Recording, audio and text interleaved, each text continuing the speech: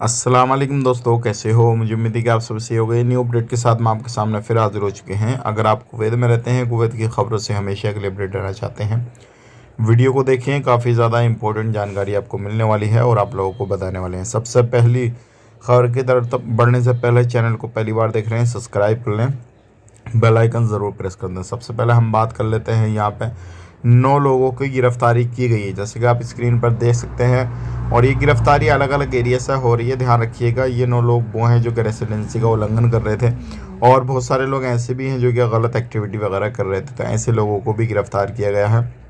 और जो टीमें हैं अलग अलग तरीके से चेकिंग वगैरह कर रही हैं।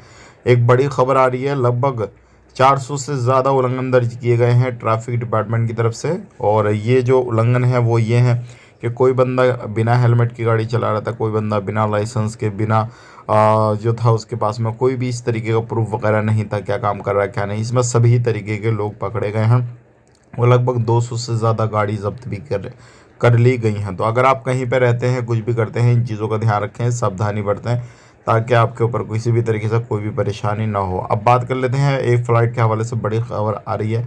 फ्लाई दुबई फ़्लाइट के हवाले से एक बड़ी खबर आ रही है। और ये काठमांडू से फ़्लाइट उड़ रही थी और उसके फ़्लाइट के अंदर इंजन में आग लगने की वीडियो जो है वो वायरल काफ़ी ज़्यादा हो रही है। इस तरीके के फ़्लाइट के हादसे भी काफ़ी ज़्यादा इस टाइम हो रहे हैं। अगर आप सफ़र करें तो दुआ करें अल्लाह रब्बुल इज़्ज़त से कि इस तरीके के हादसों के शिकार आप ना हों। वीडियो अच्छा लगा लाइक करें, शेयर करें। आप अपना ख्याल रखें, अपनी फैमिली लोग ख्याल रखें। Take care, bye bye.